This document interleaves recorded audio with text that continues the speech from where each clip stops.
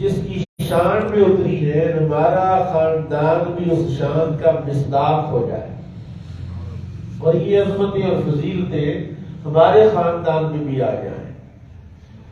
اور دوسرا مقصد ہے علماء کے حقوق کی ادائیگی کا، کہ جو خوش نصیب ان راہوں پر چل نکلے ہیں ہم ان کے ساتھ ان کے حقوق بھی ادا کریں، ان کے ساتھ نرمی کے ساتھ پیش آئیں تاکہ ان کی حوصلہ افزائی ہو، وہ تنگی داماں کی شکایت نہ کرے، تاکہ علم اور دین پھلے پھولے۔ حضرت آدم علیہ السلام کو اللہ نے ممتاز کرنے کے لیے، حضرت آدم علیہ السلام کو اللہ نے شان دینے کے لیے انہیں تمام اشیاء کے علم سکھائے، جیسے آیت پڑھی وَعَلَّمَ آدَمَ الْأَسْمَاءَ كُلَّهَا، ہم نے آدم علیہ السلام کو تمام چیزوں کے نام سکھا دیے۔ تو یہ نام کیوں سکھائے؟ نام کے سیکھنے سے کیا نفع ہوتا ہے؟ چلو احکام سکھانے کا تو ایک مقصد ہے کہ بھی اس پر عمل کریں گے، اس کو لوگوں تک پہنچائیں گے۔ مختلف مفردات کے نام، مختلف چیزوں کے نام سکھا دیے، اس کا کیا مقصد؟ فرمایا نام سکھانے کے بعد عرضهم علی الملائکۃ فقال انبئونی باسماء ہؤلاء ان کنتم صادقین، ان ساری چیزوں کو فرشتوں کے سامنے پیش کیا اور کہا ان چیزوں کے نام بتاؤ۔ قالوا سبحانک لا علم لنا الا ما علمتنا،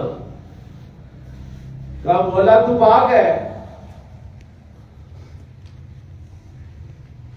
ہمیں علم نہیں، لا علم لنا، ہمارے پاس علم نہیں ہے یہ کیا چیز ہے، یہ کیا ہے، یہ پنکھا ہے، یہ دیوار ہے، یہ بٹن ہے، یہ بجلی ہے، یہ اندھیرا ہے، یہ ہمیں نہیں پتا۔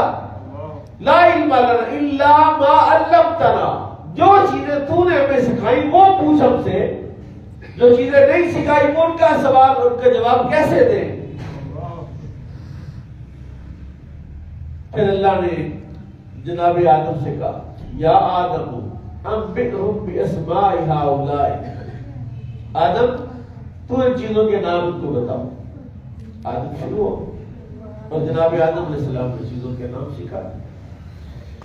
قرآن کریم کی آیت ہے سورہ علق، جو سب سے پہلے 5 آیات قرآن پاک کی اتری ہے، پہلی آیات، پہلی وحی، فرمایا اقرأ بسم ربک الذی خلق خلق الانسان من علق۔ اللہ کہتا ہے ہم نے انسان کو علق سے پیدا کیا۔ علق کیا ہے؟ وہ نطفہ، وہ قطرہ۔ فرمایا وہ قطرہ جو ہے اخص الاشیاء، کائنات میں جتنی چیزیں ہیں ان سب میں وہ سب سے ذلیل ہے، سب سے خسیس ہے، کم تر ہے۔ اللہ نے بتایا میرے بندو، میں نے تمہیں جب تم کائنات سب سے خسیس تھے اس حالت سے میں تمہیں نکالا ہے، اور وہ حالت جو ساری کائنات میں سب سے افضل ہے وہ تمہیں دیتا ہوں، اور وہ تمہیں ملے گی علم کے ساتھ۔ خلق انسان من علق، ہم نے الگ سے پیدا کیا ان کو، اور پھر الگ سے پیدا کرنے کے بعد علم الانسان ما لم یعلم، ہم نے کہا اس نطفے کی جو خصاصت ہے، جو کمتری ہے، اس کو نکالنے کا آسان فارمولہ کیا ہے، آسان سا اس کا طریقہ کیا ہے؟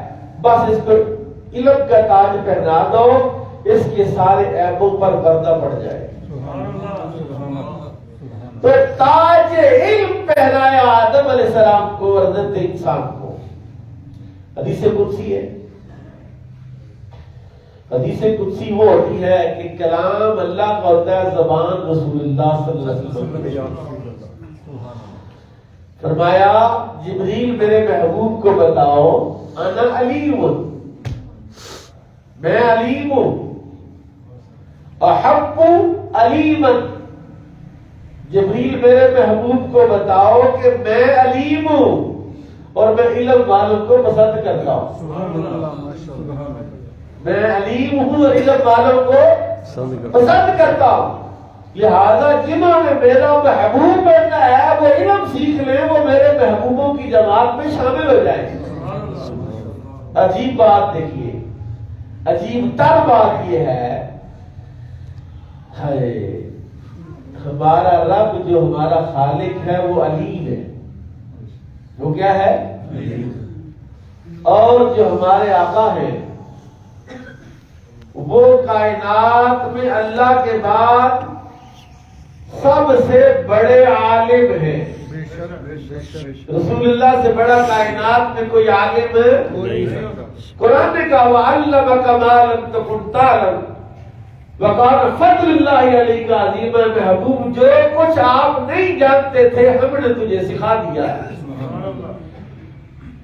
یعنی اللہ جو ہمارا خالق ہے وہ بھی علیم ہے، اور ہمارے نبی ہمارے آقا و مولا ان کے علم کی شان یہ ہے کہ رب کائنات نے رسول اللہ کو بہت کچھ عطا فرمایا، لیکن فرمایا محبوب تو ایسا کر کے مجھ سے یہ دعا کر، قل رب زدنی، یا اللہ میرے علم میں اضافہ فرما. یعنی اللہ تعالیٰ اپنے حبیب کو فرما رہا ہے محبوب تو مجھ سے اگر دعا کرنی ہے تو یہ دعا کر، اے میرے رب میرے علم میں اضافہ فرما. تو جس نے دعا قبول کرنی ہے وہ جب سکھائے ہی وہ، تو بتاؤ پھر اس نے کتنا علم رسول اللہ کو عطا فرمایا. سبحان اللہ. اور حکیم الامت مفتی احمد یار نعیمی یہ مشکات کی شرح مرات المفاتیح میں لکھتے ہیں، آپ فرماتے ہیں جو لوگ علم مصطفیٰ کے حوالے سے کہتے ہیں اتنا علم تھا، اتنا نہیں تھا، اتنا تھا، اتنا نہیں تھا، میں ان کو کہتا ہوں، احمد یار خان نعیمی کہتا ہے ان کو کہ تم رسول اللہ کی معلومات کی لسٹ لے آؤ کہ حضور پاک صلی اللہ علیہ وسلم کو 1 کروڑ چیزوں کا علم تھا یا 10 کروڑ چیزوں کا علم تھا. کہا جتنی تم لسٹ لے کے آؤ گے اسے ڈبل لسٹ میں تمہیں قرآن سے بنا کے دوں. سبحان اللہ. یعنی اللہ علیم، نبی علیم، اور جو کتاب اللہ نے عطا فرمائی اس کی شان یہ ہے کہ ولا رطب ولا یابس الا فی کتاب مبین. کوئی خشک اور کوئی تر چیز ایسی نہیں جس کا ذکر قرآن میں موجود ہے. تبیانا لکل شیء، اللہ فرماتا ہر شے کا بیان قرآن نے کر دیا ہے. اب دیکھیے اللہ علیم اور رسول ایسے علیم کے رب کے بعد سب سے بڑے عالم ہمارے آقا مولا، اور کتاب ایسی کہ جس میں ساری کائنات کے علوم کو جمع کر دیا ہے. لیکن اس کتاب کے پڑھنے والے، اس نبی کا کلمہ پڑھنے والے، اس رب کی مخلوق جاہل رہے، پڑھتا ہے زیادتی. اور زیادتی کی انتہا ہے کہ علیم خود کہے احب علیما، میں علم والوں کو پسند کرتا ہوں، علم کو پسند کرتا ہوں، میں نے علم نازل کیا ہے. اور پھر نبی بھی ایسا عطا فرمایا کہ جس کے علم کی کوئی انتہا مخلوق میں، ان کی علم کی کوئی انتہا نہیں. اور کتاب بھی ایسی تھی جو علوم کا سمندر ہے. بے شک سیدی اعلیٰ حضرت فاضل بریلوی رحمۃ اللہ علیہ فرماتے ہیں میں نے صرف بغیر کسی استاد کے 3 علم سیکھے، بغیر استاد کے، بغیر مدرسے کے، بغیر زانوے تلفظ کے 3 علم اللہ نے مجھے عطا فرمایا صرف قرآن کے پڑھنے کی وجہ سے۔ یعنی قرآن کی تلاوت کی تو اللہ نے 3 علم مجھے عطا فرمایا۔ اور کتنا قرآن پڑھتے تھے؟ جو لوگ قرآن پڑھتے تھے ان کی بھی تو شان ورا الورا ہے نا، کہ کوئی 2 نفلوں میں پورا قرآن ختم کر دیتا ہے، کوئی 1 رکعت میں پورا قرآن ختم کرتا ہے، کوئی 1 مہینے میں 60 قرآن ختم کرتا ہے۔ تو وہ کوئی فارغ تھے، اتنے ویلے تھے وہ کہ اور کوئی کام نہیں تھا، نہیں، انہیں ہم سے زیادہ کام تھے، لیکن انہوں نے ترجیح ایسے کام کو دی جس کا فائدہ سب سے زیادہ ہے۔ تو بہرحال قرآن نے کہا انما یخشی اللہ من عبادہ العلماء، یعنی جو اللہ سے رشتہ قائم کرنا چاہتا ہے اسے بھی علم سیکھنا ہوگا، کیونکہ علم کے بغیر رب کو سمجھا جا سکتا نہیں۔ قرآن کہہ رہا ہے انما یخشی اللہ من عبادہ العلماء، اللہ کے وہ بندے جو اللہ سے ڈرتے ہیں وہ کون ہیں؟ فرمایا وہ علماء ہے، کیونکہ جاہل تو اللہ سے ڈر سکتا نہیں۔ جاہلوں کو کیا ڈر ہے اللہ، جو اللہ کو جانتے نہیں، جو اللہ کی ذات اور صفات کی معرفت نہیں رکھتے، جو اس کے عذاب اور اس کے ثواب کی معرفت نہیں رکھتے، جو اس کی گرفت اور اس کی پکڑ کا علم نہیں رکھتے، ان کو کیا لگے کیا ہوگا؟ یہ جہاں بٹھا تو اگلا کس بٹھا؟ ان کو یہ پتہ نہیں ہے کہ مرنے کے بعد جب دوبارہ اٹھایا جائے گا فَمَن يَعْمَلْ مِثْقَالَ ذَرَّةٍ خَيْرًا يَرَهُ وَمَن يَعْمَلْ مِثْقَالَ ذَرَّةٍ شَرًّا يَرَهُ، جب رائی کے دانے کے برابر بھی حساب ہوگا تو پھر اس بندے کا ہاتھ ضرور رکے گا برائی کی طرف جاتے ہوئے حساب دینا ہے۔ یعنی عالم کو ہی اللہ کا خوف ہوگا، اور اللہ کا خوف کیا ہے؟ خوف خدا نفع کیا ہے؟ فرمایا وَلِمَنْ خَافَ مَقَامَ رَبِّهِ جَنَّتَانِ، جو اللہ سے جتنا زیادہ ڈرے گا اللہ اتنا زیادہ مرتبہ عطا فرمائے، اور جو اللہ سے ڈرا اللہ اس کو 2 جنتیں عطا فرمائے۔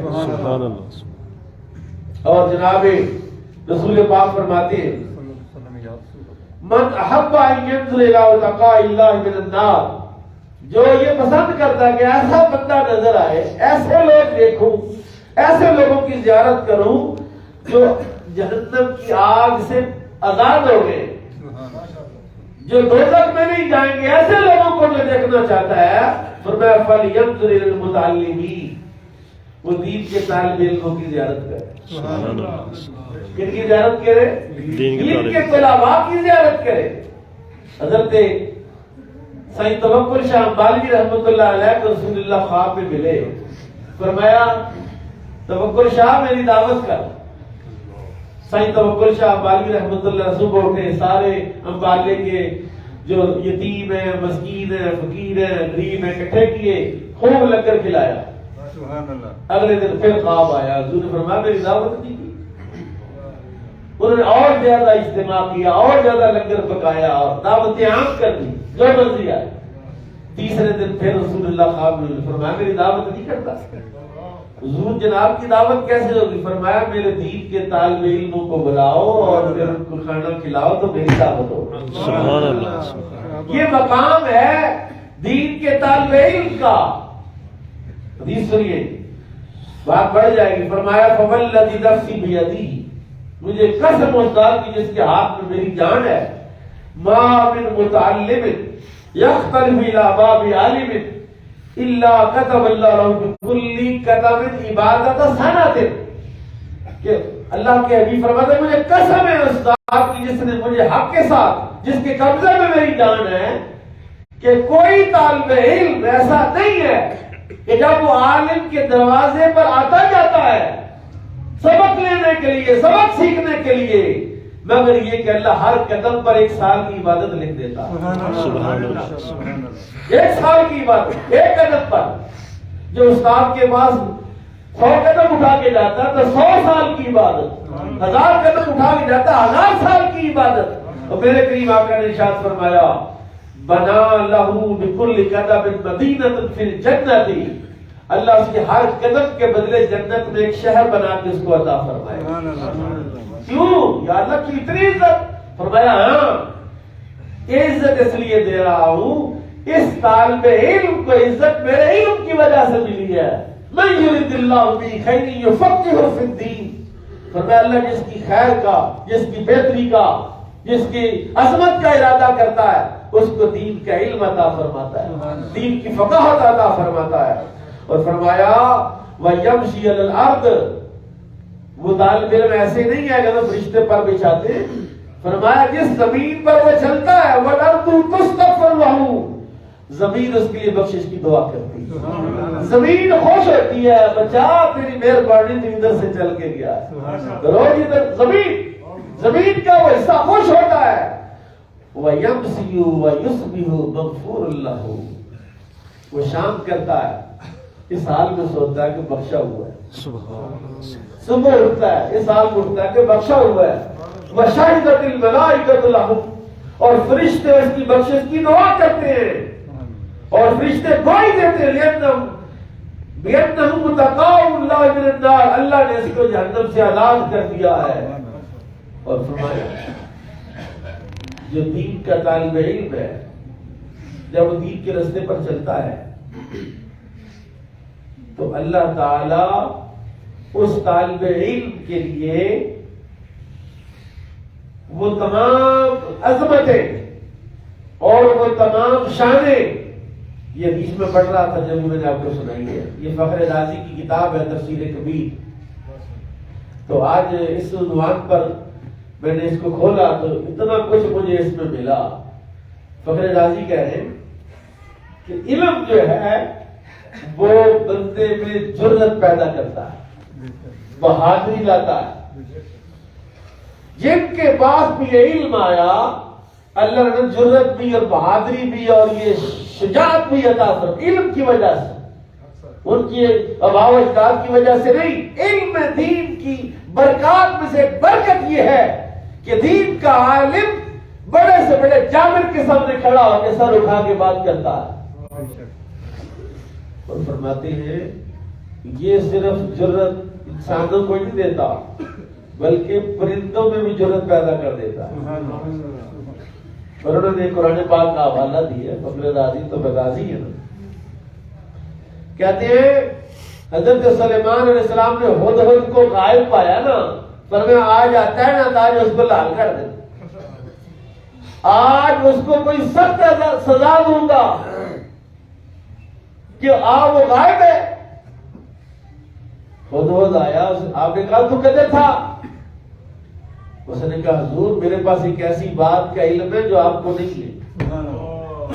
میں بلقیس کو دیکھ کے آیا ہوں، ملک سبا گیا تھا، وہاں تو سورج کی پوجا ہو رہی ہے اور آپ کس ملک کے بادشاہ پڑے ہوئے ہیں تو شرک ہو رہا ہے. حضرت سلیمان نے اس علم کی وجہ سے اس کو اپنا سفیر بنا کر بھیجا. جانور کو، اور جانور کے پاس علم ہو تو وہ نبی کا سفیر اور پیغمبر بن جاتا ہے، اور تیرے پاس علم ہو تو کیا بنے گا؟ تیرے پاس یہ علم آئے جس کے دروازے کھلے ہوئے، کہ جس عالم کے دروازے پر طالب علم جائے تو اللہ ہر قدم پر 1 سال کی عبادت لکھے، ہر قدم پر جنت میں ایک شہر بنائے. یہ تو بتاؤ اس عالم کی شان کیا ہو جس کی وجہ سے طالب علم کو یہ شان مل رہی ہے. اس عالم کی شان کیا ہوگی، اس عالم کا مقام کیا ہوگا؟ سنیں فرمایا من جاءہ الموت وہو یطلب العلم لیحیی بہ الاسلام. جو علم حاصل کر رہا ہو تاکہ اسلام کو زندہ کرے. اسلام کیسے زندہ ہوتا ہے بتا؟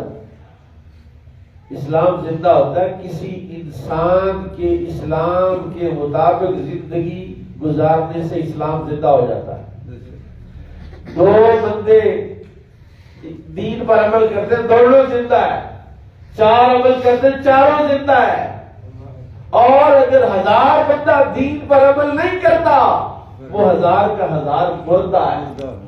اور فرمایا جو علم حاصل کرے اس لیے کہ وہ علم کو زندہ کرے گا، اسلام کو زندہ کرے گا، فرمایا اللہ تعالیٰ اس کو ایسا درجہ عطا فرمائے گا اس کے اور نبیوں کے درمیان صرف ایک درجے کا فاصلہ رہ جائے گا۔ اللہ اکبر، اللہ فرمایا کان بینہ و بین الانبیاء درجۃ واحدۃ فی الجنۃ، جنت کے اندر جہاں بڑے بڑے مرتبے ہوں گے، انبیاء سے ایک درجہ نیچے اس بندے کا مرتبہ ہوگا جو علم دین اس لیے حاصل کرتا ہے، اس لیے حاصل کرتا ہے کہ اس سے اسلام کو زندگی عطا فرمائے، اور اگر اس کو اس حال میں موت آ گئی، اس حال میں وہ مر گیا، تو اللہ قیامت میں علماء کی صف میں اٹھائے گا۔ میں نے شروع میں کہا کہ یہ موضوع اس لیے سال کی میں ایک مرتبہ بیان کرتا ہوں، ہر سال بیان کرتا ہوں کہ شاید کسی کے دل میں شوق پیدا ہو، یار میرا بچہ بھی اس شان کا حامل ہو جائے، میری بیٹی کو بھی یہ شان مل جائے، ہمارے خاندان میں کوئی ایک آدھ بندہ، میری اولاد میں کوئی ایک آدھ بچہ ہی ہے ان فضیلتوں کا حامل ہو جائے ہے۔ سنو، میرے آقا نے ارشاد فرمایا معلم الخیر اذا مات بقا علیہ طیر السماء والدواب الارض وحیتان البحور۔ فرمایا جو عالم معلم الخیر، خیر کی تعلیم دینے والا جب مرتا ہے تو فضاؤں کے پرندے اور زمین پر چلنے والے جانور، دواب الارض وحیتان البحور، اور مخلوق جو پانیوں میں رہتی ہے وہ روتی ہے۔ وہ کیا کرتی ہے؟ روتی۔ پرندے روتے ہیں، جانور روتے ہیں، مچھلیاں روتی ہیں، کیوں؟ کہ عالم مر گیا، ایک عالم چلا گیا۔ اس لیے رسول کائنات نے ارشاد فرمایا فقیہ واحد اشد علی الشیطان من الف عابد، ایک فقیہ شیطان پر 1000 عابد سے بھاری ہے۔ ایک طرف 1000 بندہ عابد و زاہد ہے، صبح و شام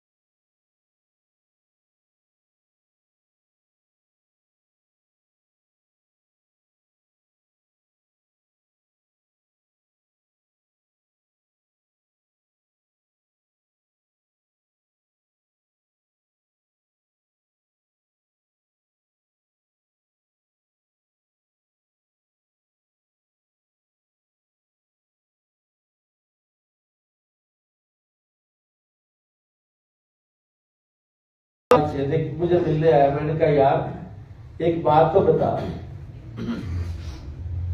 اس کی آنکھیں تار ہو گئی۔ میں نے کہا اگر تیرے پاس درس نظامی کی سند ہوتی ہے تو قبر میں فائدہ دیتی کہ نہ دیتی؟ اب یہ جو تیرے پاس سند ہے اس کا کتنا فائدہ ہوگا تمہیں؟ کہتا جی پاپا کو کیا میں تو چاہتا تھا میرے آقا امام الانبیاء صلی اللہ تعالی علیہ وسلم کیا چاہتے ہیں ہم سے، آپ سے کیا مطالبہ رسول اللہ کا؟ یہ جو روایات کی لمبی لسٹ میں آپ کو سنا رہا ہوں حدیث سے، کس لیے سنا رہا ہوں؟ رسول اللہ نے کس لیے ارشاد فرمایا کہ جو تمہیں بیٹے دیے ہیں ان میں سے کوئی عالم بھی بناؤ، کوئی دین کو بھی دو نا۔ تم نے کیا دیا دین کو؟ نہ اولاد دین کو دی، نہ مال دین کو دیا، نہ اپنا وقت دین کو دیا۔ تم کدھر آئے تھے، کدھر گئے؟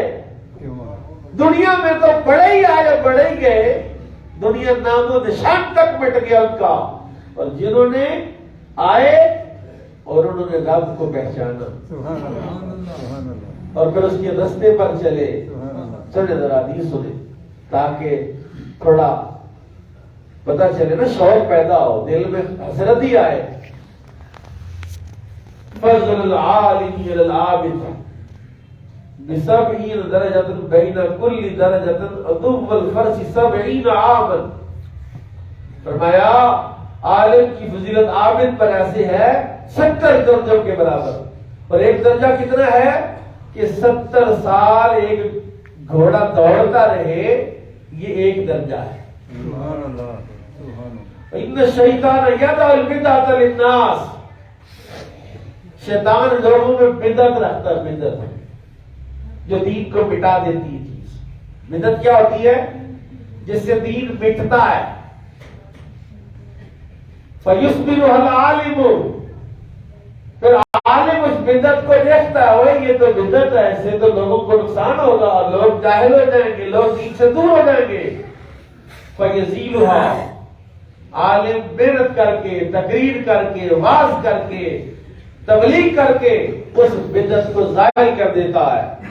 والعابد يقبل على عبادته لا يتوجه ولا يتعارف لها، اور عابد تو اپنی عبادت میں لگا رہتا ہے، اس کو نہیں پتا کہ کون سی بدعت ہو رہی ہے، کون سی کیا ہے، وہ لگا ہوا اپنی عبادت میں، اس بدعت کو کی معرفت اس کو نہیں ہوتی۔ عالم بدعت کی معرفت کر لیتا ہے اور اس بدعت کو ظاہر کرنے کے لیے محنت کرتا ہے، جستجو کرتا ہے، کوشش کرتا ہے۔ اور فرمایا یوتا بمداد طالب علم ودم الشہید یوم القیامہ، جو طالب علم نے اپنی قلم سے رجسٹر نہیں بھر دی ہے لکھ لکھ کے، وہ جو سیاہی ہے یہ لائی جائے گی قیامت والے دن، اور شہید کا خون لایا جائے گا۔ لا یفضل احد علی الاخر، ایک دوسرے پر اس کو فضیلت دی جائے گی۔ فرمایا فیرجع مداد العلماء، علماء کی سیاہی شہیدوں کے خون سے آگے بڑھ جائے گی۔ سبحان اللہ، کیونکہ علماء کی ذمہ داری کیا ہے کہ وہ بدعتوں کا خاتمہ کریں، برائیوں سے لوگوں کو روکیں، خیر کا حکم دیں۔ اور فرمایا ہائے یہ حدیث نے تو جانیں نکال دی۔ کئی دفعہ مجھے اتفاق ہوا اس حدیث کا مشاہدہ کرنے کا۔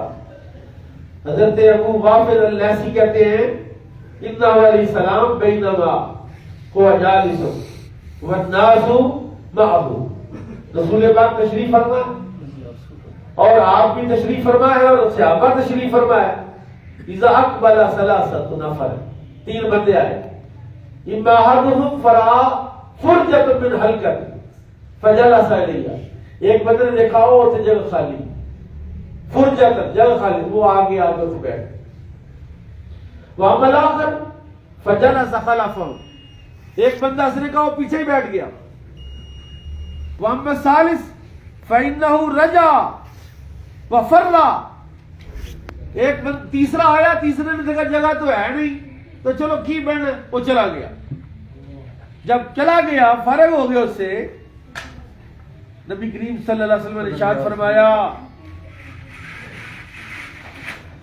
اخبرکم من النفر الثلاثہ، میں 3 بندوں کی خبر نہ دوں؟ سنیں ذرا، علم کا شوق والوں کی بات ہے۔ کئی بندوں کا مطلب یار مولویاں نے تقریریں کرنی ہے تو کیا کریں، سنیں کا علم کا شوق رکھنے والوں کے لیے فرمایا جو پہلا بندہ ہے اول جو ہے فآوى إلى الله فآواہ اللہ، اس نے اللہ کی طرف ٹھکانا چاہا، اللہ نے اپنی بارگاہ میں ٹھکانا عطا فرما دیا۔ سبحان اللہ سبحان اللہ گویا اللہ کے پاس بیٹھنا چاہا، اللہ نے اسے اپنے پاس بٹھا لیا۔ علم کی مجلس میں بیٹھنے والا گویا کہاں بیٹھا؟ اللہ کی بارگاہ میں، اللہ کے پاس بیٹھا، اور فرمایا وَأَمَّا الثَّانِي فَاسْتَحْيَا مِنَ اللَّهِ فَاسْتَحْيَا اللَّهُ مِنْهُ، وہ جو پیچھے بیٹھ گیا نا، اللہ سے اس نے حیا کی، اللہ نے اس سے حیا کر لی، جہاں جگہ میں بیٹھ گیا۔ فرمایا وَأَمَّا الثَّالِثُ فَأَعْرَضَ عَنِ اللَّهِ فَأَعْرَضَ اللَّهُ عَنْهُ، جو تیسرا آیا تھا واپس چلا گیا، فرمایا اللہ نے، اس نے اللہ سے منہ موڑا، اللہ نے اس سے منہ موڑ لیا۔ یعنی اس طرح کے لوگ بھی آپ کو ملیں گے، نظر آئیں گے کہ جن کو مجلس علم سے، مجلس علماء سے کوئی دلچسپی نہیں،